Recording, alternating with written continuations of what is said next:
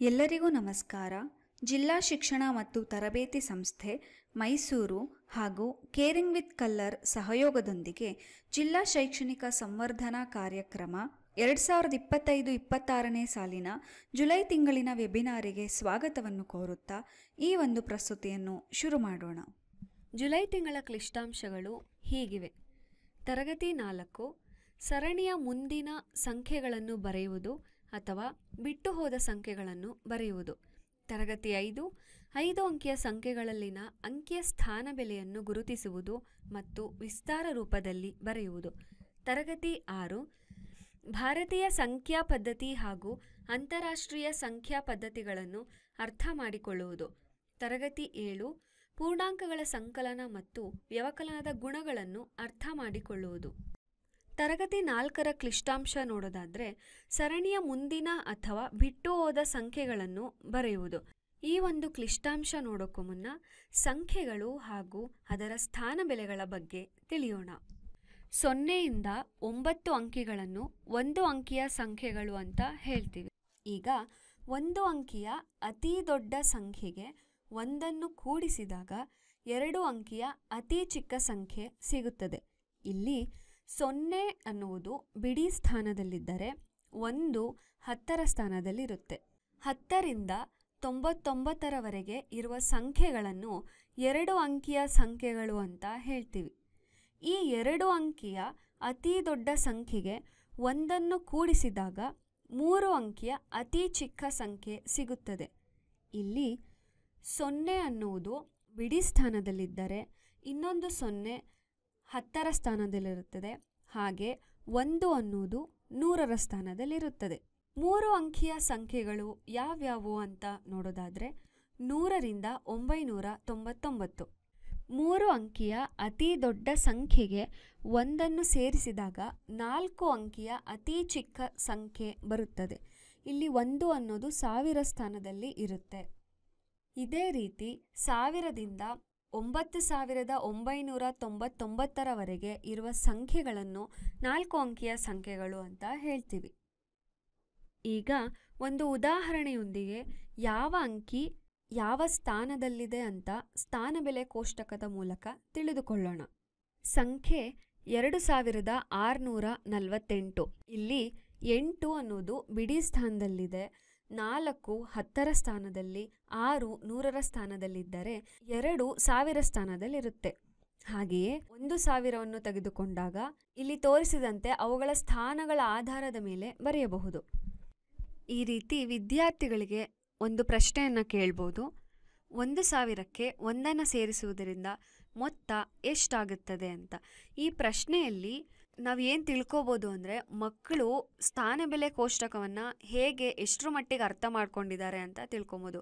ಈ 1000ದ ನಂತರ ಯಾವ ಸಂಖ್ಯೆ ಬರುತ್ತೆ, ಅದಕ್ಕೆ 1ನ್ನು ಯಾವ ಸ್ಥಾನದಲ್ಲಿ ಕೂಡಿಸುತ್ತೆ ಅಂತ ನೋಡೋದಕ್ಕೆ ಈ ಪ್ರಶ್ನೆನ ಕೇಳ್ಬೋದು. ಈ 1000ವನ್ನು 1000ದ ಬಿಡಿ ಸ್ಥಾನದಲ್ಲಿರುವ 0ಗೆ 1ನ್ನು ಕೂಡಿಸಿ ಮೊತ್ತವನ್ನು ಕಂಡುಹಿಡಿಯಬೇಕು.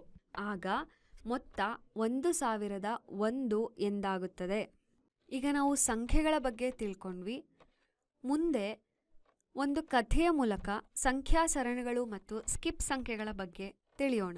ಈ ಕಥೆ ಸಾಮಾನ್ಯವಾಗಿ ಎಲ್ಲರಿಗೂ ಗೊತ್ತಿರುತ್ತೆ. ಒಂದು ಕಾಗೆ ಬಾಯಾರಿಕೆಯಿಂದ ನೀರನ್ನು ಹುಡುಕುತ್ತಾ ಬರುತ್ತದೆ. ಆಗ ಅದಕ್ಕೆ ಅಲ್ಲಿ ಒಂದು ಮಡಿಕೆ ಕಾಣುತ್ತೆ. ಆ ಮಡಿಕೆಯಲ್ಲಿ ಸ್ವಲ್ಪ ಮಾತ್ರ ನೀರಿರುತ್ತೆ. ಬುದ್ಧಿವಂತ ಕಾಗೆ ನೀರನ್ನು ಮೇಲೆ ತರಲು ಕಲ್ಲುಗಳನ್ನು ತಂದು ಆ ಮಡಿಕೆ ಒಳಗೆ ಹಾಕ್ತಾ ಹೋಗುತ್ತೆ. ಇಲ್ಲಿ ಒಂದು ಕಾಗೆ ಒಮ್ಮೆಗೆ 2ರಂತೆ ಕಲ್ಲುಗಳನ್ನು ಹಾಕ್ತಾ ಹೋಗುತ್ತದೆ. ಅಂದರೆ ಮೊದಲಿಗೆ 2 ಹಾಕ್ಕೊಂಡು ಹೋಗುತ್ತೆ, ಆಮೇಲೆ 2, ಅದಾದ ಮೇಲೆ 2, ಈ ರೀತಿ 2ಕ್ಕೆ 2 ಕಲ್ಲನ್ನು ಸೇರಿಸಿಕೊಂಡು ಹಾಕೊಳ್ತಾ ಹೋಗುತ್ತೆ. ಅಂದರೆ 2, 4, 6, 8, 10. ಇಲ್ಲಿ ಪ್ರತಿ 2ಕ್ಕೂ 2 ಸಂಖ್ಯೆಯನ್ನು ಕೂಡಿಸುತ್ತಾ ಹೋದಾಗ ನಾವು 2 ಸಂಖ್ಯೆಯ ಸರಣಿಯನ್ನು ಅನುಸರಿಸುವುದನ್ನು ನೋಡಬಹುದು. ಈಗ ಇನ್ನೊಂದು ಕಾಗೆ ಬರುತ್ತೆ. ಅದಕ್ಕೂ ಕೂಡ ಬಾಯಾರಿಕೆ ಆಗಿರುತ್ತೆ. ಹಾಗಾಗಿ ಮೊದಲನೇ ಕಾಗೆ 2 ಕಲ್ಲನ್ನು ಆ ಮಡಿಕೆಯೊಳಗೆ ಹಾಕೋದನ್ನು ನೋಡಿ ಅದೇ ರೀತಿ ಆ 2ನೇ ಕಾಗೆ ಸಹ ಅದನ್ನೇ ಅನುಸರಿಸುತ್ತೆ. ಅಂದರೆ ಈಗ ಎರಡೂ ಕಾಗೆಗಳು ಒಮ್ಮೆಗೆ 4 ಕಲ್ಲುಗಳನ್ನು ಹಾಕುತ್ತಾ ಹೋಗುತ್ತೆ. ಇಲ್ಲಿ ಮಡಿಕೆಯಲ್ಲಿ ಮೊದಲೇ 10 ಕಲ್ಲುಗಳು ಇರುತ್ತವೆ. ಈಗ 2 ಕಾಗೆಗಳು ಒಮ್ಮೆಗೆ ಎರಡೆರಡು ಕಲ್ಲನ್ನು ಹಾಕಿದಾಗ 14 ಆಗುತ್ತೆ. ಅದೇ ರೀತಿ ಒಟ್ಟಿಗೆ 14 + 4 + 4 ಹೀಗೆ 4 ಕಲ್ಲುಗಳನ್ನು ಮಡಿಕೆಗೆ ಹಾಕುತ್ತಾ ಹೋದಾಗ ಇಲ್ಲಿ ನಾವು 4 ಸಂಖ್ಯೆಯ ಸರಣಿಯನ್ನು ಅನುಸರಿಸುವುದನ್ನು ನೋಡಬಹುದು. ಈಗ 3ನೇ ಕಾಗೆಯು ನೀರನ್ನು ಹುಡುಕುತ್ತಾ ಬಂದಾಗ ಮೊದಲೆರಡು ಕಾಗೆಗಳು ಎರಡೆರಡು ಕಲ್ಲನ್ನು ಮಡಿಕೆಗೆ ಹಾಕ್ತಾ ಇರೋದನ್ನು ನೋಡಿ ಅದೂ ಸಹ ಆ 2 ಕಾಗೆಯಂತೆ 2 ಕಲ್ಲನ್ನು ಹಾಕಲು ಶುರು ಮಾಡುತ್ತೆ. ಅಂದರೆ ಈಗ ಮಡಿಕೆಯಲ್ಲಿ 30 ಕಲ್ಲುಗಳಿವೆ. 3 ಕಾಗೆಗಳು ಒಮ್ಮೆಗೆ 2ರಂತೆ 6 ಕಲ್ಲುಗಳನ್ನು ಮಡಿಕೆಗೆ ಹಾಕ್ತಾ ಹೋದಾಗ 30ಕ್ಕೆ 6 ಕೂಡಿಸಿದಾಗ 36 ಆಗುತ್ತೆ. ಪ್ರತಿ ಸಾರಿಯೂ 6 ಕಲ್ಲನ್ನು ಹಾಕ್ತಾ ಹೋದಾಗ 36, ಅದಾದಮೇಲೆ 42, 48, 54 ಹೀಗೆ 60 ಆಗುತ್ತೆ. ಇಲ್ಲಿ ನಾವು 6 ಸಂಖ್ಯೆಯ ಸರಣಿಯನ್ನು ಅನುಸರಿಸುವುದನ್ನು ನೋಡಬಹುದು. ಈ ಕಥೆಯ ಮೂಲಕ ನಾವು 2, 4 ಹಾಗೂ 6 ಸಂಖ್ಯಾ ಸರಣಿಗಳನ್ನು ಹೇಗೆ ಪಾಲಿಸುವುದು ಅಂತ ನೋಡಿದ್ದೀವಿ.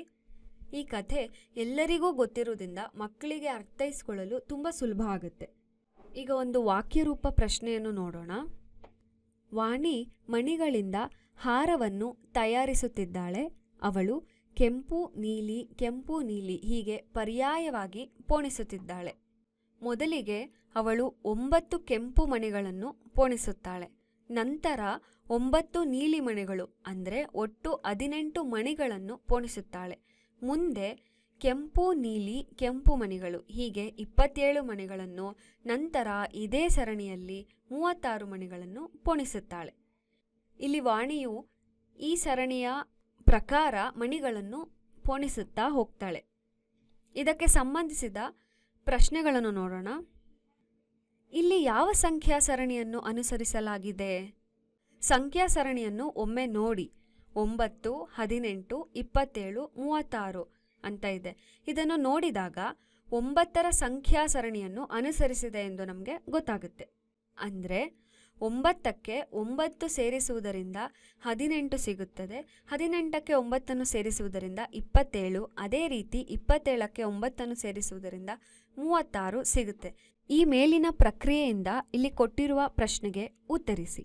ಪ್ರಶ್ನೆ: ಮುಂದಿನ 2 ಸರಣಿಯ ಮಣಿಗಳ ಸಂಖ್ಯೆ ಎಷ್ಟಿರಬಹುದು? ಇಲ್ಲಿ ಸರಣಿಯನ್ನು ನೋಡಿದಾಗ 9, 18, 27, 36 ಅದರ ನಂತರದಲ್ಲಿ ಬರುವ 2 ಸಂಖ್ಯೆಗಳು ಎಷ್ಟಿರಬಹುದು? ಅಂದರೆ ಇಲ್ಲಿ ನಾವು ಪ್ರತಿ ಸಂಖ್ಯೆಗೂ 9ರ ಸರಣಿಯನ್ನು ಪಾಲಿಸ್ತಿದ್ದೀವಿ. ಅದೇ ರೀತಿ ಈಗ 36ಕ್ಕೆ 9 ಸೇರಿಸಿದಾಗ 45 ಸಿಗುತ್ತೆ. ಹಾಗೆ 45ಕ್ಕೆ 9 ಸೇರಿಸಿದಾಗ 54 ಸಿಗುತ್ತೆ. ಈಗ ಮುಂದಿನ 2 ಸರಣಿಯ ಮಣಿಗಳ ಸಂಖ್ಯೆ 45 ಮತ್ತು 54 ಆಗಿರುತ್ತೆ. ನೀವು ಗಮನಿಸಿದ ಬಣ್ಣಗಳ ಜೋಡಣೆಯ ಮಾದರಿ ಏನು? ಇಲ್ಲಿ ಕೆಂಪು ನೀಲಿ ಮಾದರಿಯನ್ನು ಪಾಲಿಸಲಾಗಿದೆ. ಈಗ ಶಿಕ್ಷಕರಿಗೆ ಒಂದು ಚಾಟ್ ಬಾಕ್ಸ್ ಪ್ರಶ್ನೆ ಹೀಗಿದೆ: ಶಿಲ್ಪಾ ದೇವಸ್ಥಾನದ ಮೆಟ್ಟಿಲುಗಳನ್ನು ಹತ್ತುತ್ತಿದ್ದಳು. ಅವಳು ಹತ್ತುವಾಗ ಹೆಜ್ಜೆಗಳನ್ನು ಜೋರಾಗಿ ಎಣಿಸುತ್ತಾಳೆ.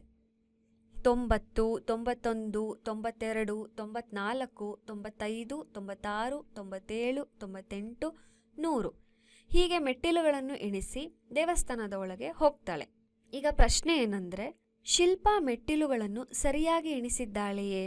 ಇದಕ್ಕೆ ಸಂಬಂಧಿಸಿದ ಆಯ್ಕೆಗಳು ಹೀಗಿವೆ. ಆಯ್ಕೆ ಎ: ಹೌದು, ಅವಳು ಸರಿಯಾಗಿ ಎಣಿಸಿದಳು. ಆಯ್ಕೆ ಬಿ: ಇಲ್ಲ, ಅವಳು ಒಂದು ಸಂಖ್ಯೆಯನ್ನು ತಪ್ಪಿಸಿಕೊಂಡಳು. ಆಯ್ಕೆ ಸಿ: ಇಲ್ಲ, ಅವಳು 2 ಸಂಖ್ಯೆಗಳನ್ನು ತಪ್ಪಿಸಿಕೊಂಡಳು. ಆಯ್ಕೆ ಡಿ: ಇಲ್ಲ, ಅವಳು 3 ಸಂಖ್ಯೆಗಳನ್ನು ತಪ್ಪಿಸಿಕೊಂಡಳು. ಈಗ ಇದಕ್ಕೆ ಉತ್ತರವನ್ನು ನೋಡೋಣ. ಶಿಲ್ಪಾ ಸಂಖ್ಯೆಗಳನ್ನು 90ರಿಂದ 100ರವರೆಗೆ ಎಣಿಸಿದಾಗ 2 ಸಂಖ್ಯೆಗಳನ್ನು ಬಿಟ್ಟಿರುತ್ತಾಳೆ. ಅವ್ಯಾವುವು ಅಂದರೆ 93 ಹಾಗೂ 99. ಹಾಗಾಗಿ ಉತ್ತರ ಆಪ್ಷನ್ ಸಿ, ಇಲ್ಲ, ಅವಳು 2 ಸಂಖ್ಯೆಗಳನ್ನು ತಪ್ಪಿಸಿಕೊಂಡಳು ಅಂತ ಹೇಳ್ಬೋದು. ಈಗ ತರಗತಿ 5ರ ಕ್ಲಿಷ್ಟಾಂಶವನ್ನು ನೋಡೋಣ. 5 ಅಂಕಿಯ ಸಂಖ್ಯೆಗಳಲ್ಲಿನ ಅಂಕಿಯ ಸ್ಥಾನ ಬೆಲೆಯನ್ನು ಗುರುತಿಸುವುದು ಮತ್ತು ವಿಸ್ತಾರ ರೂಪದಲ್ಲಿ ಬರೆಯುವುದು. ಅಂದರೆ ಇಲ್ಲಿ 5 ಅಂಕಿಯ ಸಂಖ್ಯೆಗಳ ಸ್ಥಾನಬೆಲೆ ಕೋಷ್ಟಕ, ಸಂಖ್ಯೆಗಳ ವಿಸ್ತರಣಾ ರೂಪ, ಸಂಖ್ಯೆಗಳ ಹೋಲಿಕೆ ಇವುಗಳ ಬಗ್ಗೆ ತಿಳಿಯುತ್ತೇವೆ. ಮೊದಲಿಗೆ ಒಂದು 5 ಅಂಕಿಯ ಸಂಖ್ಯೆಯನ್ನು ತಗೊಳ್ಳೋಣ. 97,843. ಇದರಲ್ಲಿ ಮುಖಬೆಲೆ 3, 4, 8, 7, 9. ಈಗ ಮುಖಬೆಲೆ ಅಂದರೇನು? ಮುಖಬೆಲೆ ಎಂದರೆ ಅಂಕಿಯೇ. ಯಾವುದೇ ಸಂಖ್ಯೆಯ ಮುಖಬೆಲೆಯನ್ನು ಅಂಕಿಯ ಮೌಲ್ಯವಾಗಿ ನಿರೂಪಿಸಬಹುದು. ಅಂದರೆ ಸಂಖ್ಯೆಯಲ್ಲಿ ಅಂಕಿ ಎಲ್ಲೇ ಇದ್ದರೂ ಅದು ಎಂದಿಗೂ ಬದಲಾಗುವುದಿಲ್ಲ. ಈಗ ಸ್ಥಾನಬೆಲೆ ಎಂದರೇನು ಅಂತ ನೋಡೋಣ. ಸ್ಥಾನಬೆಲೆ ಎಂದರೆ ಸಂಖ್ಯೆಯಲ್ಲಿನ ಅದರ ಸ್ಥಾನದ ಆಧಾರದ ಮೇಲೆ ಅಂಕಿಯ ಮೌಲ್ಯ. ಅಂದರೆ ಅಂಕಿ ಇರುವ ಸ್ಥಳವನ್ನು ಆಧರಿಸಿ ಅದು ಬದಲಾಗುತ್ತಾ ಹೋಗುತ್ತೆ. ಇಲ್ಲಿ ಕೊಟ್ಟಿರೋ ಉದಾಹರಣೆ 97,843ರಲ್ಲಿ 3 ಬಿಡಿ ಸ್ಥಾನದಲ್ಲಿದೆ. ಅಂದರೆ ಅದರ ಸ್ಥಾನಬೆಲೆ 3. 4 10ರ ಸ್ಥಾನದಲ್ಲಿದೆ. ಹಾಗಾಗಿ 4ಅನ್ನು 10ರಿಂದ ಗುಣಿಸಿದಾಗ ಅದರ ಸ್ಥಾನಬೆಲೆ 40 ಆಗುತ್ತೆ. 8 100ರ ಸ್ಥಾನದಲ್ಲಿರುವುದರಿಂದ ಅದರ ಸ್ಥಾನಬೆಲೆ 800. ಹಾಗೆ 7 1000 ಸ್ಥಾನದಲ್ಲಿರುವುದರಿಂದ ಅದರ ಸ್ಥಾನಬೆಲೆ 7000 ಆಗುತ್ತೆ. ಅದೇ ರೀತಿ 9 10,000 ಸ್ಥಾನದಲ್ಲಿರುವುದರಿಂದ ಅದರ ಸ್ಥಾನಬೆಲೆ 90,000 ಎಂದಾಗುತ್ತದೆ. ಇದನ್ನು ವಿಸ್ತಾರ ರೂಪದಲ್ಲಿ ಹೀಗೆ ಬರೆಯಬಹುದು. 97,843 = 90,000 + 7,000 + 800 + 40 + 3. ಇದನ್ನು ಇನ್ನೂ ಸುಲಭವಾಗಿ ತಿಳಿದುಕೊಳ್ಳಲು ಮಕ್ಕಳಿಗೆ ಒಂದು ಚಟುವಟಿಕೆಯ ಮೂಲಕ ತೋರಿಸಿಕೊಡಬಹುದು. ಉದಾಹರಣೆಗೆ ಈ ರೀತಿ 5 ಅಂಕಿಯ ಸಂಖ್ಯೆಗಳ ಸ್ಥಾನಗಳ ಆಧಾರದ ಮೇಲೆ ಚೀಟಿಗಳನ್ನು ತಯಾರು ಮಾಡಿಕೊಳ್ಳಬೇಕು. 10,000 ಸ್ಥಾನಬೆಲೆಯ ಸಂಖ್ಯೆಯ ಚೀಟಿಗಳು, 1000 ಸ್ಥಾನದಲ್ಲಿರುವ ಸಂಖ್ಯೆಯ ಚೀಟಿಗಳು, 100ರ ಸ್ಥಾನದಲ್ಲಿ, 10ರ ಸ್ಥಾನದಲ್ಲಿ ಹಾಗೂ ಬಿಡಿ ಸ್ಥಾನದಲ್ಲಿರುವ ಸಂಖ್ಯೆಗಳ ಚೀಟಿಗಳನ್ನು ತಯಾರಿಸಿಕೊಳ್ಳಬೇಕು.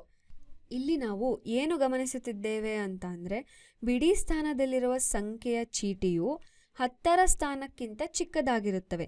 10ರ ಸ್ಥಾನದಲ್ಲಿರುವ ಸಂಖ್ಯೆಯ ಚೀಟಿಗಳು 100ರ ಸ್ಥಾನಕ್ಕಿಂತ ಚಿಕ್ಕದಾಗಿರುತ್ತವೆ. ಹಾಗೆಯೇ 100ರ ಸ್ಥಾನದಲ್ಲಿರುವ ಸಂಖ್ಯೆಯ ಚೀಟಿಗಳು 1000 ಸ್ಥಾನಗಳಿಗಿಂತ, ಹಾಗೆಯೇ 1000 ಸ್ಥಾನದಲ್ಲಿರುವ ಸಂಖ್ಯೆಗಳು 10,000 ಸ್ಥಾನಕ್ಕಿಂತ ಚಿಕ್ಕದಾಗಿ ಇರಬೇಕು. ಉದಾಹರಣೆಗೆ ಒಂದು ಸಂಖ್ಯೆಯನ್ನು ತಗೋತೀವಿ, 45,328. ಈ ಸಂಖ್ಯೆಯ ಪ್ರಕಾರ ಮೊದಲಿಗೆ 10,000 ಸ್ಥಾನಬೆಲೆಯಲ್ಲಿರುವ ಅಂಕಿಯನ್ನು ತೆಗೆದುಕೊಂಡಾಗ ಅಂಕಿ 4. ಹಾಗಾಗಿ 40,000 ಸಂಖ್ಯೆ ಇರುವ ಚೀಟಿಯನ್ನು ತಂದು ಜೋಡಿಸಬೇಕು. ಮುಂದೆ 1000 ಸ್ಥಾನದಲ್ಲಿರುವ ಅಂಕಿಯು 5 ಆಗಿರುತ್ತೆ. ಈ 5 ಅಂಕಿಯ ಸ್ಥಾನಬೆಲೆ 5,000. ಹಾಗಾಗಿ 5,000 ಸಂಖ್ಯೆ ಇರುವ ಚೀಟಿಯನ್ನು ತಂದು ಜೋಡಿಸಬೇಕು. ಇದೇ ರೀತಿ 100 ಸ್ಥಾನದಲ್ಲಿರುವ ಅಂಕಿಯು 3 ಆಗಿರುತ್ತೆ ಮತ್ತು ಅದರ ಸ್ಥಾನಬೆಲೆ 300 ಆಗಿರುತ್ತೆ. ಹಾಗಾಗಿ 300ರ ಚೀಟಿಯನ್ನು ತಂದು ಜೋಡಿಸಬೇಕು. ಅದಾದ ನಂತರ 10ರ ಸ್ಥಾನದಲ್ಲಿರುವ ಅಂಕಿಯು 2 ಆಗಿರುತ್ತೆ ಮತ್ತು ಅದರ ಸ್ಥಾನಬೆಲೆ 20. ಹಾಗಾಗಿ 20 ಸಂಖ್ಯೆಯ ಚೀಟಿಯನ್ನು ತಂದು ಜೋಡಿಸಬೇಕು. ಕೊನೆಯದಾಗಿ ಬಿಡಿ ಸ್ಥಾನದಲ್ಲಿರುವ ಅಂಕಿಯು 8 ಆಗಿರುತ್ತೆ ಮತ್ತು ಅದರ ಸ್ಥಾನಬೆಲೆ 8 ಆಗಿರುತ್ತೆ. ಹಾಗಾಗಿ 8ರ ಚೀಟಿಯನ್ನು ತಂದು ಜೋಡಿಸಬೇಕು. ಇದೇ ರೀತಿ ಇನ್ನೊಂದು ಉದಾಹರಣೆ ತಗೊಂಡಾಗ 70,308. ಈಗ 10,000 ಸ್ಥಾನದಲ್ಲಿರುವ ಅಂಕಿಯು 7 ಮತ್ತು ಅದರ ಸ್ಥಾನಬೆಲೆಯು 70,000. ಹಾಗಾಗಿ 70,000ದ ಚೀಟಿಯನ್ನು ತಂದು ಜೋಡಿಸಬೇಕು. ಈಗ 1000 ಸ್ಥಾನದಲ್ಲಿರುವ ಅಂಕಿಯು 0 ಆಗಿರುತ್ತದೆ. 0ಯನ್ನು 1000ದಿಂದ ಗುಣಿಸಿದಾಗ 0 ಬರುತ್ತೆ. ಹಾಗಾಗಿ 1000 ಸ್ಥಾನದಲ್ಲಿ ಯಾವುದೇ ಅಂಕಿಯನ್ನು ತಂದು ಜೋಡಿಸುವ ಹಾಗಿಲ್ಲ. ಈಗ 100ರ ಸ್ಥಾನದಲ್ಲಿರುವ ಅಂಕಿಯು 3 ಆಗಿರುತ್ತೆ ಮತ್ತು ಅದರ ಸ್ಥಾನಬೆಲೆಯು 300. ಹಾಗಾಗಿ 300 ಇರುವ ಚೀಟಿಯನ್ನು ತಂದು ಜೋಡಿಸಬೇಕು. ಇದೇ ರೀತಿ 10ರ ಸ್ಥಾನದಲ್ಲಿ 0 ಇರೋದ್ರಿಂದ 0ಯನ್ನು 10ರಿಂದ ಗುಣಿಸಿದಾಗ 0 ಬರುತ್ತದೆ. ಹಾಗಾಗಿ ಯಾವುದೇ ಚೀಟಿಯನ್ನು ತಂದಿರಿಸುವ ಹಾಗಿಲ್ಲ. ಕಡೆಗೆ ಬಿಡಿ ಸ್ಥಾನದಲ್ಲಿರುವ ಅಂಕಿಯು 8 ಆಗಿರುತ್ತದೆ ಮತ್ತು ಅದರ ಸ್ಥಾನ ಬೆಲೆಯೂ 8 ಆಗಿರುವುದರಿಂದ 8ರ ಚೀಟಿಯನ್ನು ತಂದು ಜೋಡಿಸಬೇಕು. ಈ ರೀತಿ ನಾವು ಒಂದು ಚಟುವಟಿಕೆಯ ಮೂಲಕ ಮಕ್ಕಳಿಗೆ ಸುಲಭವಾಗಿ 5 ಅಂಕಿಯ ಸಂಖ್ಯೆಗಳ ಬಗ್ಗೆ ಮತ್ತು ಅದರ ಸ್ಥಾನ ಬೆಲೆಯ ಬಗ್ಗೆ ತಿಳಿಸಬಹುದು. ಈಗ ಸಂಖ್ಯೆಗಳ ಹೋಲಿಕೆಯನ್ನು ನೋಡೋಣ. ಇಲ್ಲಿ ಕೊಟ್ಟಿರುವ ಸಂಖ್ಯೆಗಳು ಹೀಗಿವೆ: 76,158, 79,631, 76,139 ಮತ್ತು 76,149. ಪ್ರಶ್ನೆ: ಇವುಗಳಲ್ಲಿ ಅತ್ಯಂತ ಚಿಕ್ಕ ಸಂಖ್ಯೆ ಯಾವುದು? ಇದನ್ನು ಕಂಡುಹಿಡಿಯಬೇಕಾದರೆ ಮೊದಲಿಗೆ ಗರಿಷ್ಠ ಸ್ಥಾನದಲ್ಲಿರುವ ಅಂಕಿಯನ್ನು ಪರಿಶೀಲಿಸಬೇಕು. ಪ್ರತಿ ಸಂಖ್ಯೆಯಲ್ಲಿ 7 ಸಾಮಾನ್ಯವಾಗಿರುವುದರಿಂದ ಅತಿ ಚಿಕ್ಕ ಸಂಖ್ಯೆ ಯಾವುದು ಎಂದು ಹೇಳಲು ಸಾಧ್ಯವಿಲ್ಲ. ಈಗ ನಂತರದ ಸ್ಥಾನ ಅಂದರೆ 1000 ಸ್ಥಾನದಲ್ಲಿರುವ ಅಂಕಿಯನ್ನು ಪರಿಶೀಲಿಸಬೇಕು. ಇಲ್ಲಿ 1000 ಸ್ಥಾನದಲ್ಲಿ 6, 9, 6, 6 ಸಂಖ್ಯೆಗಳು ಇವೆ. ಅಂದರೆ 1000 ಸ್ಥಾನದಲ್ಲಿ ಚಿಕ್ಕ ಅಂಕಿ ಇರುವ ಸಂಖ್ಯೆ 6. 9 ಅತಿ ದೊಡ್ಡ ಸಂಖ್ಯೆ. ಇದನ್ನು ಪರಿಗಣನೆಗೆ ತೆಗೆದುಕೊಳ್ಳಬಾರದು. ಯಾಕೆಂದರೆ ಕೊಟ್ಟಿರುವ ಸಂಖ್ಯೆಗಳಲ್ಲಿ ಅದು ದೊಡ್ಡ ಸಂಖ್ಯೆ ಆಗಿರುತ್ತದೆ. ಮುಂದೆ 100ನೇ ಸ್ಥಾನದಲ್ಲಿರುವ ಅಂಕಿಯನ್ನು ಪರಿಶೀಲಿಸಬೇಕು. 100ನೇ ಸ್ಥಾನದಲ್ಲಿ 1, 1 ಮತ್ತು 2 ಅಂಕಿಗಳಿವೆ.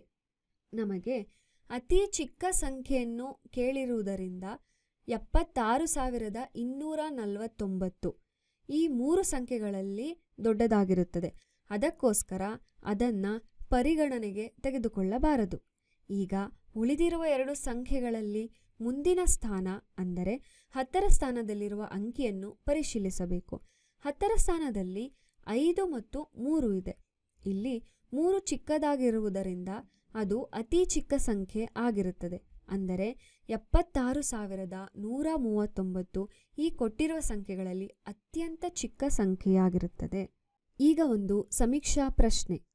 ನಾಗರಾಜನು ತನ್ನ ಕೋಣೆಯನ್ನು ನವೀಕರಿಸಿದನು. ನೆಲಹಾಸಿನ ಖರ್ಚು ರೂಪಾಯಿ 30,200, ಬಣ್ಣ ಹಚ್ಚುವ ಖರ್ಚು ರೂಪಾಯಿ 9,800 ಮತ್ತು ಹೊಸ ಪೀಠೋಪಕರಣಗಳ ಖರ್ಚು ರೂಪಾಯಿ 5,000. ನವೀಕರಣಕ್ಕಾಗಿ ನಾಗರಾಜನು ಪಾವತಿಸಿದ ಒಟ್ಟು ಹಣವನ್ನು ಕಂಡುಹಿಡಿಯಿರಿ. ಇದಕ್ಕೆ 4 ಆಪ್ಷನ್ಗಳಿವೆ. ಆಪ್ಷನ್ ಎ ರೂಪಾಯಿ 45,500, ಆಪ್ಷನ್ ಬಿ ರೂಪಾಯಿ 44,500, ಆಪ್ಷನ್ ಸಿ ರೂಪಾಯಿ 45,000, ಆಪ್ಷನ್ ಡಿ ರೂಪಾಯಿ 44,000. ಇದನ್ನು ಕಂಡುಹಿಡಿಯಬೇಕಾದರೆ ಮೊದಲಿಗೆ ಕೊಟ್ಟಿರುವ ದತ್ತಾಂಶಗಳನ್ನು ಬರೆದುಕೊಳ್ಳಿ. ನೆಲಹಾಸಿನ ಖರ್ಚು ರೂಪಾಯಿ 30,200, ಬಣ್ಣ ಹಚ್ಚುವ ಖರ್ಚು ರೂಪಾಯಿ 9,800, ಹೊಸ ಪೀಠೋಪಕರಣಗಳ ಖರ್ಚು ರೂಪಾಯಿ 5,000. ನವೀಕರಣಕ್ಕಾಗಿ ನಾಗರಾಜನು ಪಾವತಿಸಿದ ಒಟ್ಟು ಹಣವನ್ನು ಕಂಡುಹಿಡಿಯಬೇಕಾದರೆ ಮೊದಲಿಗೆ ಕೊಟ್ಟಿರುವ ದತ್ತಾಂಶಗಳನ್ನು ಸ್ಥಾನಬೆಲೆ ಪಟ್ಟಿಯಲ್ಲಿ ಇಲ್ಲಿ ತೋರಿಸಿದಂತೆ ಸ್ಥಾನಗಳ ಆಧಾರದ ಮೇಲೆ ಬರೆದುಕೊಳ್ಬೇಕು. ರೂಪಾಯಿ 30,200 ಪ್ಲಸ್ ರೂಪಾಯಿ 9,800 ಪ್ಲಸ್ ರೂಪಾಯಿ 5,000 ಇದರ ಒಟ್ಟು ಮೊತ್ತ ರೂಪಾಯಿ 45,000ಗಳು ಆಗಿರುತ್ತವೆ. ಆದ್ದರಿಂದ ನವೀಕರಣಕ್ಕಾಗಿ ನಾಗರಾಜನು ಪಾವತಿಸಿದ ಒಟ್ಟು ಹಣ ರೂಪಾಯಿ 45,000 ಆಗಿರುತ್ತದೆ. ತರಗತಿ 6ರ ಕ್ಲಿಷ್ಟಾಂಶ: ಭಾರತೀಯ ಸಂಖ್ಯಾ ಪದ್ಧತಿ ಹಾಗೂ ಅಂತಾರಾಷ್ಟ್ರೀಯ ಸಂಖ್ಯಾ ಪದ್ಧತಿಗಳನ್ನು ಅರ್ಥ ಮಾಡಿಕೊಳ್ಳುವುದು. ಮೊದಲಿಗೆ ಭಾರತೀಯ ಸಂಖ್ಯಾ ಪದ್ಧತಿಯನ್ನು ತಿಳಿದುಕೊಳ್ಳೋಣ. ಈ ಪದ್ಧತಿಯಲ್ಲಿ ಸಂಖ್ಯೆಗಳನ್ನು ಭಾಗಗಳನ್ನಾಗಿ ವಿಭಜಿಸುತ್ತೇವೆ. ಬಿಡಿ, 10, 100, 1000, 10,000, ಲಕ್ಷ, 10 ಲಕ್ಷ, ಕೋಟಿ ಹಾಗೂ 10 ಕೋಟಿ. ಇಲ್ಲಿ ಬಿಡಿ, 10, 100 ಇವುಗಳನ್ನು ಬಿಡಿಗಳ ಗುಂಪು, 1000, 10,000ವನ್ನು ಸಾವಿರಗಳ ಗುಂಪು, ಲಕ್ಷ, 10 ಲಕ್ಷವನ್ನು ಲಕ್ಷಗಳ ಗುಂಪು, ಅದೇ ರೀತಿ ಕೋಟಿ, 10 ಕೋಟಿಯನ್ನು ಕೋಟಿಗಳ ಗುಂಪು ಎಂದು ಕರೆಯುತ್ತೇವೆ. ಇಲ್ಲಿ ಕೊಟ್ಟಿರುವ ಸಂಖ್ಯೆಯನ್ನು ಭಾರತೀಯ ಸಂಖ್ಯಾ ಪದ್ಧತಿಯಲ್ಲಿ ಬರೆಯುವಾಗ ಸಂಖ್ಯೆಯನ್ನು ಮೊದಲು ಬಿಡಿ ಬಿಡಿಯಾಗಿ ಬರೆದುಕೊಳ್ಳಬೇಕು. ನಂತರ ಆ ಸಂಖ್ಯೆಗೆ ಬಲದಿಂದ ಎಡಕ್ಕೆ ಮೊದಲು 3 ಸ್ಥಾನ ಬಿಟ್ಟು ಅಲ್ಪ ವಿರಾಮ ಹಾಕಿ. ನಂತರದಲ್ಲಿ 2 ಸ್ಥಾನಗಳನ್ನು ಬಿಟ್ಟು ಅಲ್ಪ ವಿರಾಮ ಹಾಕಬೇಕು. ಇದನ್ನು ಸ್ಥಾನಗಳ ಆಧಾರದ ಮೇಲೆ ಸ್ಥಾನಬೆಲೆ ಕೋಷ್ಟಕದಲ್ಲಿ ಬರೆದು 76,92,150 354 ಎಂದು ಓದಬೇಕು. ಈಗ ನಾವು ಅಂತಾರಾಷ್ಟ್ರೀಯ ಸಂಖ್ಯಾ ಪದ್ಧತಿಯ ಬಗ್ಗೆ ತಿಳಿದುಕೊಳ್ಳೋಣ. ಇಲ್ಲಿ ಸಂಖ್ಯೆಗಳನ್ನು ಬಿಡಿ, 10, 100, 1000, 10,000, 100,000, ಮಿಲಿಯನ್, 10 ಮಿಲಿಯನ್, 100 ಮಿಲಿಯನ್ ಈ ರೀತಿ ಬರೆಯುತ್ತೇವೆ. ಇಲ್ಲಿ ಬಿಡಿ, 10, 100 ಇವುಗಳನ್ನು ಬಿಡಿಗಳ ಗುಂಪು, 1000, 10,000, 100,000ವನ್ನು ಸಾವಿರಗಳ ಗುಂಪು, ಮಿಲಿಯನ್, 10 ಮಿಲಿಯನ್, 100 ಮಿಲಿಯನ್ ಅನ್ನು ಮಿಲಿಯನ್ಗಳ ಗುಂಪು ಎಂದು ಕರೆಯುತ್ತೇವೆ. ಈ ಸಂಖ್ಯೆಯನ್ನು ಅಂತಾರಾಷ್ಟ್ರೀಯ ಸಂಖ್ಯಾ ಪದ್ಧತಿಯಲ್ಲಿ ಬರೆಯುವಾಗ ಸಂಖ್ಯೆಯನ್ನು ಮೊದಲು ಬಿಡಿ ಬಿಡಿಯಾಗಿ ಬರೆದುಕೊಳ್ಳಬೇಕು. ನಂತರ ಆ ಸಂಖ್ಯೆಗೆ ಬಲದಿಂದ ಪ್ರತಿ ಬಾರಿ 3 ಸ್ಥಾನ ಬಿಟ್ಟು ಅಲ್ಪ ವಿರಾಮ ಹಾಕಬೇಕು. ಇದನ್ನು 7,692,354 ಎಂದು ಓದಬೇಕು. 1000 ಮಿಲಿಯನ್ 1 ಬಿಲಿಯನ್ಗೆ ಸಮವಾಗಿದೆ ಅಂತ ಕೂಡ ಇಲ್ಲಿ ಹೇಳ್ಬೋದು. ನಾವು ದೊಡ್ಡ ಸಂಖ್ಯೆಗಳನ್ನ ಹಲವಾರು ಕಡೆಗಳಲ್ಲಿ ಬಳಸುತ್ತೇವೆ. ಉದಾಹರಣೆಗೆ ಜನಸಂಖ್ಯೆ. ಈಗ ಒಂದು ಊರಿನ ಜನಸಂಖ್ಯೆ. ಈ ಊರಿನ ಜನಸಂಖ್ಯೆಗೆ ಹೋಲಿಸಿದರೆ ರಾಜ್ಯದಲ್ಲಿರುವ ಜನಸಂಖ್ಯೆ ಹೆಚ್ಚಾಗಿರುತ್ತದೆ. ಆ ರಾಜ್ಯದ ಜನಸಂಖ್ಯೆಗೆ ಹೋಲಿಸಿದರೆ ದೇಶದಲ್ಲಿರುವ ಜನಸಂಖ್ಯೆ ಇನ್ನೂ ಹೆಚ್ಚಾಗಿರುತ್ತದೆ. ಈ ರೀತಿ ಜನಸಂಖ್ಯೆ ದೊಡ್ಡ ಸಂಖ್ಯೆಗಳಿಗೆ ಉದಾಹರಣೆ ಆಗಿದೆ. ನಂತರದಲ್ಲಿ ವೀಕ್ಷಣೆಯ ಸಂಖ್ಯೆ. ಉದಾಹರಣೆಗೆ ಯೂಟ್ಯೂಬ್. ಕೊಟ್ಟಿರುವ ಚಿತ್ರದಲ್ಲಿ ಎಷ್ಟು ಜನ ವಿಡಿಯೋವನ್ನು ವೀಕ್ಷಣೆ ಮಾಡಿದಾರಂತ ಗೊತ್ತಾಗುತ್ತದೆ. ಅದೇ ರೀತಿ ವಾಹನಗಳ ಸಂಖ್ಯೆ, ಆಕಾಶಕಾಯಿಗಳು ಇವೆಲ್ಲವನ್ನ ದೊಡ್ಡ ಸಂಖ್ಯೆಗಳ ಬಳಕೆಗೆ ಉದಾಹರಣೆಯಾಗಿ ತಗೋಬಹುದು. ಈಗ ಒಂದು ಚಾಟ್ ಬಾಕ್ಸ್ ಪ್ರಶ್ನೆ. ಸಂಖ್ಯೆಯನ್ನು ಬರೆಯಿರಿ. 99,99,99,999 ಇದನ್ನು ಈ ರೀತಿಯಾಗಿ ಬರೆಯಬಹುದು. ತರಗತಿ 7ರ ಕ್ಲಿಷ್ಟಾಂಶ. ಪೂರ್ಣಾಂಕಗಳ ಸಂಕಲನ ಮತ್ತು ವ್ಯವಕಲನದ ಗುಣಗಳನ್ನು ಅರ್ಥ ಮಾಡಿಕೊಳ್ಳುವುದು. ಇದರಲ್ಲಿ ನಾವು ಸಂಖ್ಯಾ ರೇಖೆಯ ಮೂಲಕ ಪೂರ್ಣಾಂಕಗಳನ್ನು ಪ್ರತಿನಿಧಿಸುವುದು, ಪೂರ್ಣಾಂಕಗಳ ಸಂಕಲನ ಮತ್ತು ವ್ಯವಕಲನದ ಆವೃತ ಗುಣಲಕ್ಷಣವನ್ನು ಅರ್ಥ ಮಾಡಿಕೊಳ್ಳುವುದು, ಪೂರ್ಣಾಂಕಗಳ ಸಂಕಲನ ಮತ್ತು ವ್ಯವಕಲನದ ಪರಿವರ್ತನೀಯ ಗುಣಲಕ್ಷಣವನ್ನು ಅರ್ಥ ಮಾಡಿಕೊಳ್ಳುವುದು ಹಾಗೂ ಪೂರ್ಣಾಂಕಗಳ ಸಂಕಲನದ ಸಹವರ್ತನೀಯ ಗುಣಲಕ್ಷಣವನ್ನು ಅರ್ಥ ಮಾಡಿಕೊಳ್ಳುವುದು. ಈ ಒಂದು ಅಂಶಗಳ ಬಗ್ಗೆ ನೋಡ್ತಾ ಹೋಗ್ತೀವಿ. ನಾವು ಮೊದಲಿಗೆ ಪೂರ್ಣಾಂಕಗಳು ಅಂದ್ರೇನು ಮತ್ತು ಅವುಗಳನ್ನು ಎಲ್ಲೆಲ್ಲಿ ಬಳಸ್ತೀವಿ ಅನ್ನೋದನ್ನ ನೋಡೋಣ. ಪೂರ್ಣಾಂಕಗಳು ಅಂದಾಗ ನಮಗೆ ನೆನಪಿಗೆ ಬರೋದು ನಮ್ಮ ವಾತಾವರಣ. ನಾವು ದಿನನಿತ್ಯ ನಮ್ಮ ಸುತ್ತಮುತ್ತಲಿನ ವಾತಾವರಣ ಯಾವ ರೀತಿ ಇರುತ್ತೆ ಅಂತ ನೋಡ್ತಾ ಇರ್ತೀವಿ. ಅದು ಪ್ರದೇಶದಿಂದ ಪ್ರದೇಶಕ್ಕೆ ಬೇರೆ ಬೇರೆ ಆಗಿರುತ್ತದೆ. ಸಾಮಾನ್ಯವಾಗಿ ದಿನನಿತ್ಯದ ವಾತಾವರಣ 20ರಿಂದ 24 ಡಿಗ್ರಿ ಸೆಲ್ಸಿಯಸ್ ಎಂದು ಹೇಳಬಹುದು. ಇದೇ ವಾತಾವರಣ ಬೇಸಿಗೆ ಕಾಲದಲ್ಲಿ ಒಂದೇ ರೀತಿ ಇರುತ್ತದೆಯೇ? ಇಲ್ಲ, ಅದು 40 ಡಿಗ್ರಿ ಸೆಲ್ಸಿಯಸ್ನಷ್ಟು ಹೆಚ್ಚಾಗಬಹುದು ಮತ್ತು ಇದು ಮಳೆಗಾಲದಲ್ಲಿ 15 ಡಿಗ್ರಿ ಸೆಲ್ಸಿಯಸ್ನಷ್ಟು ಕಡಿಮೆ ಕೂಡ ಆಗಬಹುದು. ಇದು ಚಳಿಗಾಲದಲ್ಲಿ ಇನ್ನೂ ಕಡಿಮೆ ಇರುತ್ತದೆ. ನಾವು ಒಂದು ವೇಳೆ ಹಿಮಾಲಯದಂತಹ ಪ್ರದೇಶಗಳಿಗೆ ಹೋದಾಗ ಅಲ್ಲಿ ನಮಗೆ ಹಿಮವನ್ನು ನೋಡಲು ಸಿಗುತ್ತದೆ. ಅಂದರೆ ನೀರು 0 ಡಿಗ್ರಿ ಸೆಲ್ಸಿಯಸ್ಗೆ ಬಂದು ಹಿಮವಾಗಿ ಪರಿವರ್ತನೆ ಆಗಿರುತ್ತದೆ. ಈಗ ಈ ತಾಪಮಾನ ಇನ್ನೂ ಕಡಿಮೆ ಆದರೆ ತಾಪಮಾನ -ಡಿಗ್ರಿ ಸೆಲ್ಸಿಯಸ್ನಲ್ಲಿ ಇರುತ್ತೆ. ಉದಾಹರಣೆಗೆ -10 ಡಿಗ್ರಿ ಸೆಲ್ಸಿಯಸ್. ನಮಗೆ ಪೂರ್ಣಾಂಕಗಳ ಬಗ್ಗೆ ತಿಳಿಯಬೇಕಾದರೆ ಮೊದಲಿಗೆ ಸ್ವಾಭಾವಿಕ ಸಂಖ್ಯೆಗಳು ಅಂದರೇನು ಅಂತ ತಿಳಿದಿರಬೇಕು. ಎಣಿಕೆಯ ಸಂಖ್ಯೆಗಳನ್ನು ಸ್ವಾಭಾವಿಕ ಸಂಖ್ಯೆಗಳು ಅಂತ ಕರಿತೀವಿ. ಇದು 1ರಿಂದ ಶುರುವಾಗುತ್ತೆ. ಇವನ್ನು ನಾವು n ಅಕ್ಷರದಿಂದ ಗುರುತಿಸ್ತೇವೆ. n ಎಂದರೆ ನ್ಯಾಚುರಲ್ ನಂಬರ್ಸ್. ಈ ಸ್ವಾಭಾವಿಕ ಸಂಖ್ಯೆಗಳಿಗೆ 0ಯನ್ನು ಸೇರಿಸಿದಾಗ ಅದನ್ನು ಪೂರ್ಣ ಸಂಖ್ಯೆಗಳು ಎಂದು ಕರಿತೀವಿ. ಅವನ್ನ W ಅಕ್ಷರದಿಂದ ಗುರುತಿಸುತ್ತೇವೆ. W ಎಂದರೆ ಹೋಲ್ ನಂಬರ್ಸ್. ಈ ಪೂರ್ಣ ಸಂಖ್ಯೆಗಳಿಗೆ ಋಣ ಸಂಖ್ಯೆ ಅಂದರೆ -1, -2, -3 ಈ ಋಣ ಸಂಖ್ಯೆಯನ್ನು ಸೇರಿಸಿ ಒಟ್ಟಾರೆಯಾಗಿ ಪೂರ್ಣಾಂಕಗಳು ಅಂತ ಹೇಳಬಹುದು. ಈ ಪೂರ್ಣಾಂಕಗಳಲ್ಲಿ ಧನ ಪೂರ್ಣಾಂಕವೂ ಉಂಟು ಹಾಗೂ ಋಣ ಪೂರ್ಣಾಂಕವೂ ಉಂಟು. ನಾವು 0ಗಿಂತ ಹೆಚ್ಚಿನ ಮೌಲ್ಯವನ್ನು ಧನ ಪೂರ್ಣಾಂಕ ಹಾಗೂ 0ಗಿಂತ ಕಡಿಮೆ ಮೌಲ್ಯವನ್ನು ಋಣ ಪೂರ್ಣಾಂಕ ಎಂದು ಹೇಳಬಹುದು. ಈ ಪೂರ್ಣಾಂಕಗಳನ್ನು ಇಂಗ್ಲಿಷ್ ಲೆಟರ್ನ ಝೆಡ್ ಅನ್ನೋ ಅಕ್ಷರದಿಂದ ಸೂಚಿಸ್ತೇವೆ. ಝೆಡ್ ಎನ್ನುವುದು ಜರ್ಮನ್ ಪದದ ಝೇಲೆನ್ ಇಂದ ಬಂದಿದೆ. ಝೇಲೆನ್ ಎಂದರೆ ಸಂಖ್ಯೆಗಳು ಎಂದರ್ಥ. ಈ ಪೂರ್ಣಾಂಕಗಳನ್ನು ಸಂಖ್ಯಾ ರೇಖೆಯ ಮೂಲಕ ನೋಡೋದಾದ್ರೆ ಮೊದಲಿಗೆ ಮಧ್ಯದಲ್ಲಿ 0ಯನ್ನು ಗುರುತಿಸಿ. ಈ 0ಯು ಧನವೂ ಅಲ್ಲದ ಋಣವೂ ಅಲ್ಲದ ಏಕೈಕ ಪೂರ್ಣಾಂಕ ಆಗಿರುತ್ತದೆ. 0ಯಿಂದ ಬಲಭಾಗಕ್ಕೆ ಧನ ಪೂರ್ಣಾಂಕವನ್ನು ಹಾಗೂ 0ಯಿಂದ ಎಡಭಾಗಕ್ಕೆ ಋಣ ಪೂರ್ಣಾಂಕವನ್ನು ಸೂಚಿಸುತ್ತೇವೆ. ನಾವು ಮೊದಲಿನಿಂದಲೂ ಬಲಭಾಗಕ್ಕೆ ಧನ ಪೂರ್ಣಾಂಕ ಹಾಗೂ ಎಡಭಾಗಕ್ಕೆ ಋಣ ಪೂರ್ಣಾಂಕವನ್ನು ರೂಢಿಯಲ್ಲಿರುವುದರಿಂದ ಈಸಿಯಾಗಿ ಅರ್ಥ ಮಾಡಿಕೊಳ್ಳಲು ಸಾಧ್ಯವಾಗುತ್ತದೆ.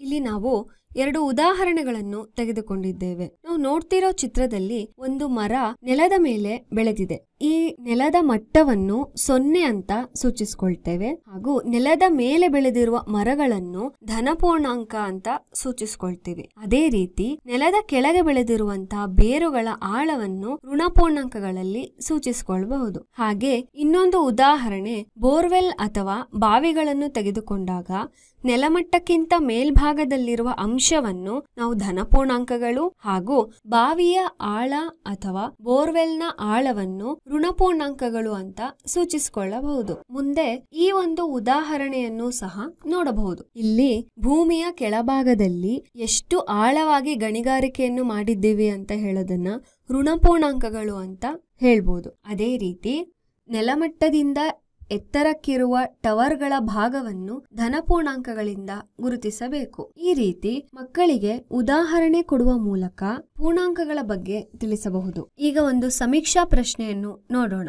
ಯಾವ ಸಂಖ್ಯೆಯು 0ಗೆ ಹತ್ತಿರವಾಗಿದೆ? ಕೊಟ್ಟಿರುವ ಆಯ್ಕೆಗಳು ಹೀಗಿವೆ. ಈಗ ಉತ್ತರವನ್ನು ನೋಡೋಣ. ಕೊಟ್ಟಿರುವ ಆಯ್ಕೆಗಳಲ್ಲಿ ಮೊದಲ ಆಯ್ಕೆ -15. ಇದು ಋಣಪೂರ್ಣಾಂಕವನ್ನು ಸೂಚಿಸುತ್ತದೆ ಮತ್ತು 0ಯಿಂದ ಎಡಭಾಗದಲ್ಲಿ 15ರಷ್ಟು ದೂರ ಇದೆ. ಎರಡನೇ ಆಯ್ಕೆ -5. ಇದು 0ಯಿಂದ ಎಡಭಾಗದಲ್ಲಿ -5ರಷ್ಟು ದೂರದಲ್ಲಿದೆ. ಮೂರನೇ ಆಯ್ಕೆ 3. ಇದು 0ಯಿಂದ ಬಲಭಾಗದಲ್ಲಿ 3ರಷ್ಟು ದೂರದಲ್ಲಿದೆ. ಹಾಗೂ ಕೊನೆಯ ಆಯ್ಕೆ 15. ಇದು 0ಯ ಬಲಭಾಗದಲ್ಲಿ 15ರಷ್ಟು ದೂರದಲ್ಲಿದೆ. ಇದರಿಂದ ಸಂಖ್ಯೆ 3 ಕೊಟ್ಟಿರುವ ಆಯ್ಕೆಗಳಲ್ಲಿ 0ಗೆ ಹತ್ತಿರವಾಗಿದೆ ಎಂದು ಗೊತ್ತಾಗುತ್ತೆ. ಆದ್ದರಿಂದ ಇಲ್ಲಿ ಸರಿಯಾದ ಉತ್ತರ ಆಯ್ಕೆ 3.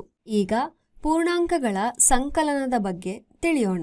ಇಲ್ಲಿ ಪೂರ್ಣಾಂಕಗಳ ಚಿಹ್ನೆ ಒಂದೇ ಇದ್ದಾಗ ಆ ಸಂಖ್ಯೆಗಳನ್ನು ಕೂಡಿಸಿ ಬಂದ ಉತ್ತರಕ್ಕೆ ಅದೇ ಚಿಹ್ನೆಯನ್ನು ಬರೆಯಿರಿ. ಅಂದರೆ ಉದಾಹರಣೆಗೆ +10 +5 ಕೂಡಿಸಿದಾಗ +15 ಬರುತ್ತದೆ. ಅದೇ ರೀತಿ -5 +10 ಕೂಡಿಸಿದಾಗ -15 ಬರುತ್ತೆ. ಇಲ್ಲಿ ಪೂರ್ಣಾಂಕಗಳ ಚಿಹ್ನೆ ಅದಲು ಬದಲು ಬಂದಾಗ ದೊಡ್ಡ ಸಂಖ್ಯೆಯಿಂದ ಚಿಕ್ಕ ಸಂಖ್ಯೆಯನ್ನು ಕಳೆಯಿರಿ ಮತ್ತು ದೊಡ್ಡ ಸಂಖ್ಯೆಯ ಚಿಹ್ನೆಯನ್ನು ಬರೆಯಿರಿ. ಉದಾಹರಣೆಗೆ +15 +−5 ಕೂಡಿದಾಗ +10 ಬರುತ್ತದೆ. ಹಾಗೆ -5 +15 ಕೂಡಿದಾಗ +10 ಬರುತ್ತದೆ. -15 +5 ಕೂಡಿದಾಗ ನಮಗೆ -10 ಉತ್ತರವಾಗಿ ಸಿಗುತ್ತದೆ. ಅದೇ ರೀತಿ +5 +−15 ಕೂಡಿದಾಗ -10 ಉತ್ತರವಾಗಿ ಸಿಗುತ್ತದೆ. ಈಗ ಪೂರ್ಣಾಂಕಗಳ ವ್ಯವಕಲನದ ಬಗ್ಗೆ ತಿಳಿಯೋಣ. ಪೂರ್ಣಾಂಕಗಳ ಚಿಹ್ನೆ ಸರಳೀಕರಿಸಿದ ನಂತರ ಚಿಹ್ನೆಗಳು ಅದಲು ಬದಲು ಬಂದಾಗ ದೊಡ್ಡ ಸಂಖ್ಯೆಯಿಂದ ಚಿಕ್ಕ ಸಂಖ್ಯೆಯನ್ನು ಕಳೆಯಿರಿ ಮತ್ತು ದೊಡ್ಡ ಸಂಖ್ಯೆಯ ಚಿಹ್ನೆಯನ್ನು ಬರೆಯಿರಿ. ಉದಾಹರಣೆಗೆ 10 - 5 ಎಷ್ಟಾಗುತ್ತೆ?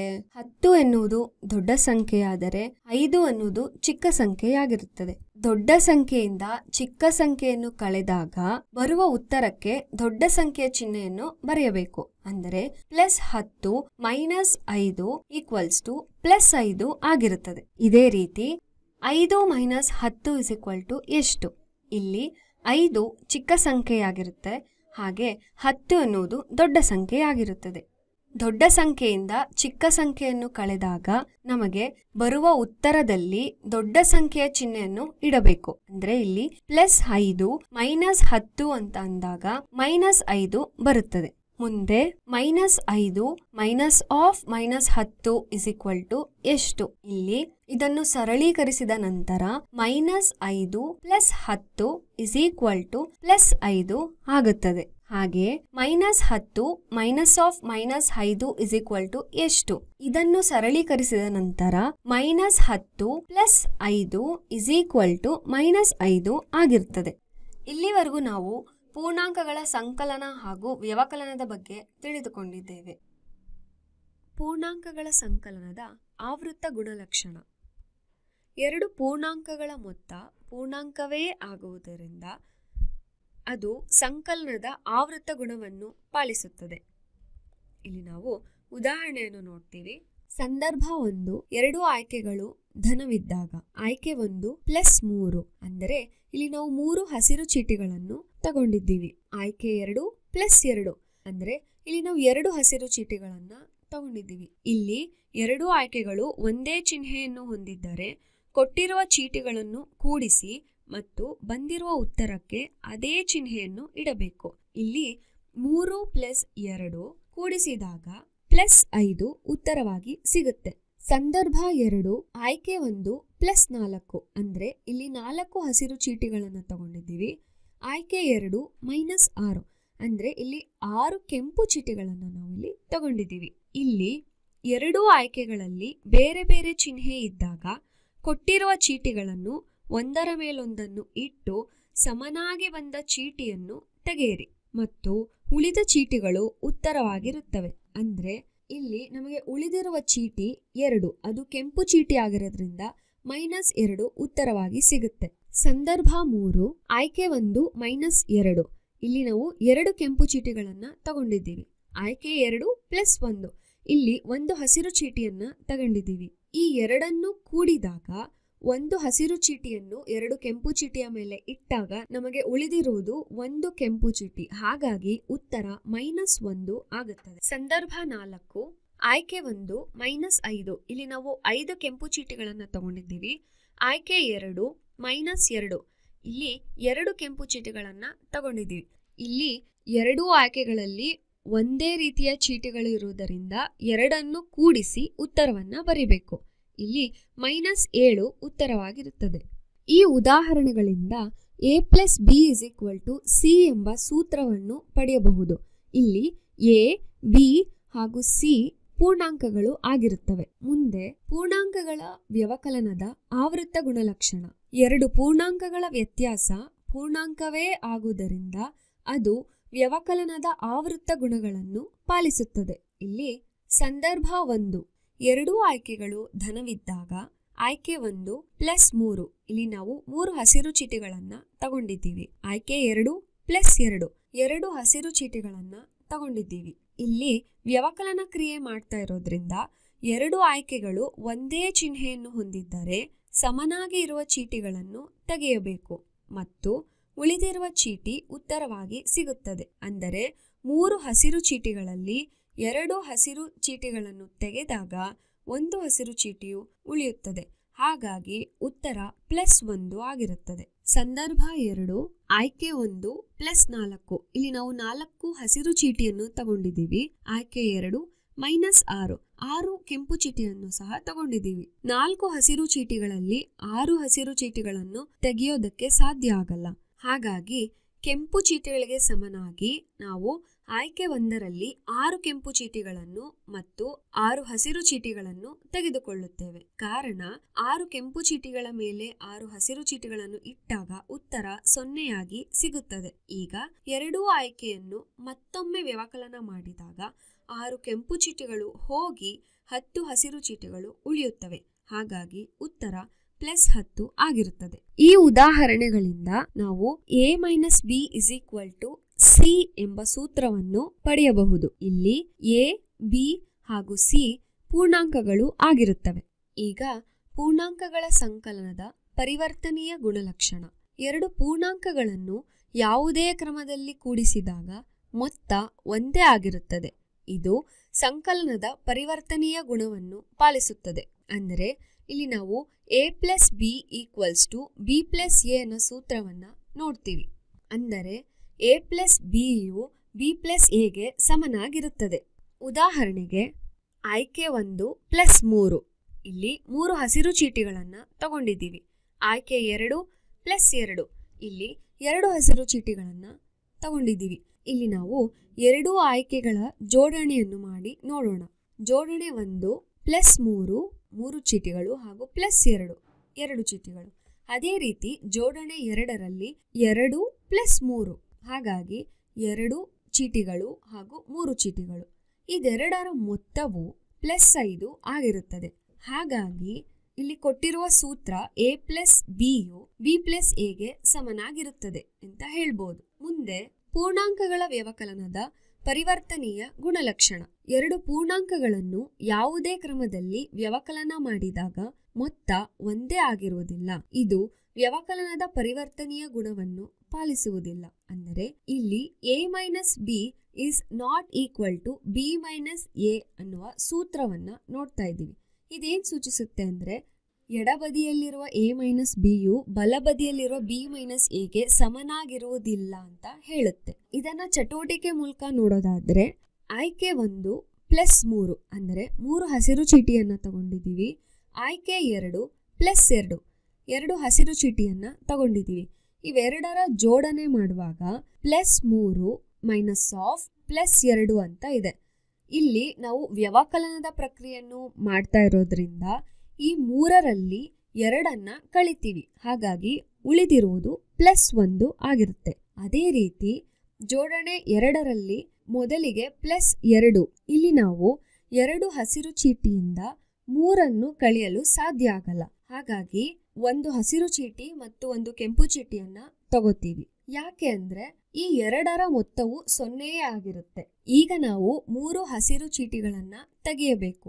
ಆಗ ಉತ್ತರ -1 ಆಗಿರುತ್ತೆ. ಈ ಒಂದು ಚಟುವಟಿಕೆಯ ಉದಾಹರಣೆಯಿಂದ a-b is not equal to b-a ಎಂಬ ಸೂತ್ರವನ್ನ ನೋಡಬಹುದು. ಅಂದರೆ +1 ಹಾಗೂ -1 ಸಮನಾಗಿರುವುದಿಲ್ಲ. ಈ ಮೇಲಿನ ಸೂತ್ರದಂತೆ +1 -1ಕ್ಕೆ ಸಮನಾಗಿಲ್ಲ ಅಂತ ತಿಳಿಯುತ್ತೆ. ಈಗ ಪೂರ್ಣಾಂಕಗಳ ಸಂಕಲನದ ಸಹವರ್ತನೀಯ ಗುಣಲಕ್ಷಣ.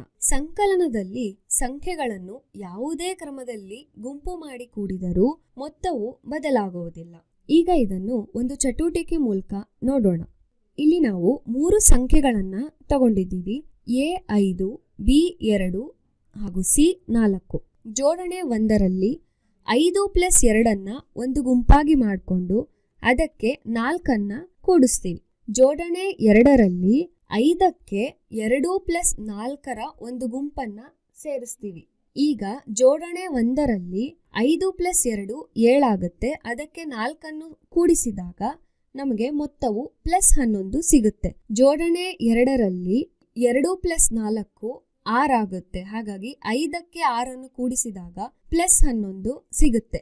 ಈ ಉದಾಹರಣೆಯಿಂದ bracket of a+b + c equals to a + bracket of b + c ಎಂಬ ಒಂದು ಸೂತ್ರವನ್ನು ನಾವು ನೋಡಬಹುದು. ಅಂದರೆ ಇಲ್ಲಿ ಎಡಬದಿಯು ಬಲಬದಿಗೆ ಸಮನಾಗಿರುತ್ತದೆ ಅಂತ ನೋಡಬಹುದು. ಇಲ್ಲಿಯವರೆಗೂ ಜುಲೈ ತಿಂಗಳಿನ 4 ತರಗತಿಯ ಕ್ಲಿಷ್ಟಾಂಶದ ಬಗ್ಗೆ ತಿಳಿದಿದ್ದೇವೆ. ಮುಂದೆ ಬುನಾದಿ ಸಾಕ್ಷರತೆ ಮತ್ತು ಸಂಖ್ಯಾಜ್ಞಾನದ ಬಗ್ಗೆ ತಿಳಿಯೋಣ. ಬುನಾದಿ ಸಾಕ್ಷರತೆ ಮತ್ತು ಸಂಖ್ಯಾಜ್ಞಾನ. ಇದರ ಉದ್ದೇಶ ಮಕ್ಕಳಲ್ಲಿ ಬುನಾದಿ ಸಾಕ್ಷರತೆ ಮತ್ತು ಸಂಖ್ಯಾಶಾಸ್ತ್ರ ಕೌಶಲಗಳನ್ನು ಸಾಧಿಸುವ ಪ್ರಕ್ರಿಯೆಯನ್ನು ಸುಗಮಗೊಳಿಸುವುದು. ನಿಪುಣ್ ಭಾರತ್ನಲ್ಲಿ ಉಲ್ಲೇಖಿಸಿರುವಂತೆ FLN ಕಲಿಕಾ ಫಲಗಳಿಗೆ ಪರಿಹಾರಗಳನ್ನು ರಚಿಸುವುದು. ಮಗುವಿನ ಕಲಿಕಾ ಮಟ್ಟವನ್ನು ತಿಳಿಯಲು ಸಾಧನ ಮತ್ತು ಸಂಪನ್ಮೂಲಗಳನ್ನು ವಿನ್ಯಾಸಗೊಳಿಸುವುದು. ನಿಪುಣ್ ಭಾರತದ ಪ್ರಕಾರ ಮೊದಲು ಬಾಲವಾಟಿಕಾ, ತರಗತಿ 1, ತರಗತಿ 2, ತರಗತಿ 3ರವರೆಗೆ ಇಲ್ಲಿ ತೋರಿಸಿರುವ ಕಲಿಕಾ ಫಲಗಳನ್ನು ಕೊಟ್ಟಿದ್ರು. ಈಗ ನಿಪುಣ್ ಭಾರತದ 3ನೇ ತರಗತಿಯ ಕಲಿಕಾ ಫಲಗಳು FLNನ ಸಾಧಿಸಲು ಸ್ವಲ್ಪ ಕಠಿಣವಾಗಿದ್ದು, ಅದಕ್ಕಾಗಿ NCERT FLN ಕಲಿಕಾ ಫಲಗಳನ್ನು ಪರಿಷ್ಕರಿಸಿದ್ದು, 2ನೇ ತರಗತಿಯ ಕಲಿಕಾ ಫಲಗಳನ್ನು FLN ಸಾಧಿಸಲು 2026-27ನೇ ಸಾಲಿಗೆ ಅಳವಡಿಸಲಾಗಿದೆ.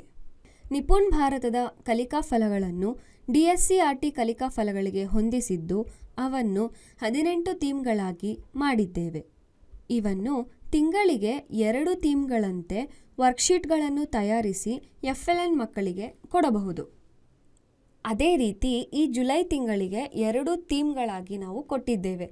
ಥೀಮ್ 1 ಸಂಖ್ಯಾ ಪ್ರಜ್ಞೆ ಮತ್ತು ಎಣಿಕೆ. ಥೀಮ್ 2 ಸಂಖ್ಯೆಗಳನ್ನು ಮುಂದಕ್ಕೆ ಮತ್ತು ಹಿಂದಕ್ಕೆ ಎಣಿಕೆ ಮಾಡುವುದು. ಈ ಎರಡೂ ಥೀಮ್ಗಳಲ್ಲಿರುವ ಕಲಿಕಾ ಫಲಗಳಿಗೆ ಸಂಬಂಧಿಸಿದಂತೆ 8ರಿಂದ 10 ಹೆಡ್ಡಿಂಗ್ಗಳನ್ನಾಗಿ ಈ ರೀತಿ ಮಾಡಿ ಮಕ್ಕಳಿಗೆ ಅಭ್ಯಾಸ ಹಾಳೆಗಳನ್ನು ಕೊಡಬಹುದು. ಇಲ್ಲಿ ನಾವು 2ನೇ ಥೀಮ್ ಅಂದರೆ ಸಂಖ್ಯೆಗಳನ್ನು ಮುಂದಕ್ಕೆ ಮತ್ತು ಹಿಂದಕ್ಕೆ ಎಣಿಕೆ ಮಾಡುವುದು. ಈ ಥೀಮ್ನ ಪ್ರಕಾರ ಮೊದಲನೇ ಹೆಡ್ಡಿಂಗ್ ಮುಂದಿನ ಸಂಖ್ಯೆಗಳ ಎಣಿಕೆಯ ಸಂಖ್ಯಾಪಟ್ಟಿ, ಹಿಂದಿನ ಸಂಖ್ಯೆ ಎಣಿಕೆಯ ಸಂಖ್ಯಾಪಟ್ಟಿ, ಸಂಖ್ಯಾ ರೇಖೆಯ ಮೇಲೆ 2 ಸಮಾನ ಅಂತರದ ಮುಂದಿನ ಸಂಖ್ಯೆಗಳ ಎಣಿಕೆ, ಸಂಖ್ಯಾ ರೇಖೆಯ ಮೇಲೆ 2 ಸಮಾನ ಅಂತರದ ಹಿಂದಿನ ಸಂಖ್ಯೆಗಳ ಎಣಿಕೆ. ಈ ರೀತಿ ನಾವು ಪ್ರಶ್ನೆಗಳನ್ನು ಮಾಡ್ಕೊಂಡಿದ್ದೀವಿ. ಅದರಂತೆ ಈ ರೀತಿ ಪದರೂಪದ ಸಮಸ್ಯೆಗಳನ್ನು ಸಹ ತಗೋಬೋದು. ಮುಂದಿನ ಸಂಖ್ಯೆ ಎಣಿಸುವ ಪದರೂಪದ ಸಮಸ್ಯೆಗಳು, ಹಿಂದಿನ ಸಂಖ್ಯೆ ಎಣಿಸುವ ಪದರೂಪದ ಸಮಸ್ಯೆಗಳು. ಕೊನೆಯದಾಗಿ ಕಥೆ, ಪದ್ಯ, ಪಜಲ್ ಅಥವಾ ಚಟುವಟಿಕೆಗಳನ್ನು ನೀಡಿ ಅದಕ್ಕೆ ಅನುಗುಣವಾಗಿ ಕೆಲವು ಪ್ರಶ್ನೆಗಳನ್ನು ಕೇಳಬಹುದು. ಈ ರೀತಿಯ ಪ್ರಶ್ನೆಗಳನ್ನು ಮಕ್ಕಳಿಗೆ ಲೆವೆಲ್ ವೈಸ್ ಆಗಿ ಕೇಳಬಹುದು. ಲೆವೆಲ್ 1 ಅಂದರೆ ಈಸಿ ಲೆವೆಲ್, ಲೆವೆಲ್ 2 ಅಂದರೆ ಮೀಡಿಯಮ್ ಹಾಗೂ ಲೆವೆಲ್ 3 ಅಂದರೆ ಹಾರ್ಡ್ ಲೆವೆಲ್. ಈ ರೀತಿ 3 ಹಂತಗಳಾಗಿ ಕೇಳಬಹುದು. ಟೀಚೋಪಿಯಾದಲ್ಲಿ ಹಲವಾರು ಸಂಪನ್ಮೂಲಗಳು ಲಭ್ಯವಿರುತ್ತೆ. ಅವ್ಯಾವ್ಯಾವಂದರೆ ತರಗತಿಗೆ ಅನುಗುಣವಾಗಿ ಪಾಠ ಯೋಜನೆ, ಅಭ್ಯಾಸ ಹಾಳೆ. ಈ ಅಭ್ಯಾಸ ಹಾಳೆಗಳಲ್ಲಿ 40 ಪ್ರಶ್ನೆಗಳು ಮತ್ತು ಅದಕ್ಕೆ ಸಂಬಂಧಿಸಿದ ಉತ್ತರಗಳು, ಯೋಜನೆ ಆಧಾರಿತ ಕಲಿಕಾ ಚಟುವಟಿಕೆಗಳು, ಎಕ್ಸ್ಪ್ಲೈನರ್ ವಿಡಿಯೋಸ್ಗಳು, ಅದರಂತೆ ಪರಿಕಲ್ಪನಾ ನಕ್ಷೆ. ಈ ಎಲ್ಲ ಸಂಪನ್ಮೂಲಗಳು ನಮ್ಮ ಟೀಚೋಪಿಯಾ ಆ್ಯಪ್ನಲ್ಲಿ ಲಭ್ಯವಿರುವುದರಿಂದ ಇದನ್ನು ಬಳಕೆ ಮಾಡಿಕೊಳ್ಳಿ. ಧನ್ಯವಾದಗಳು.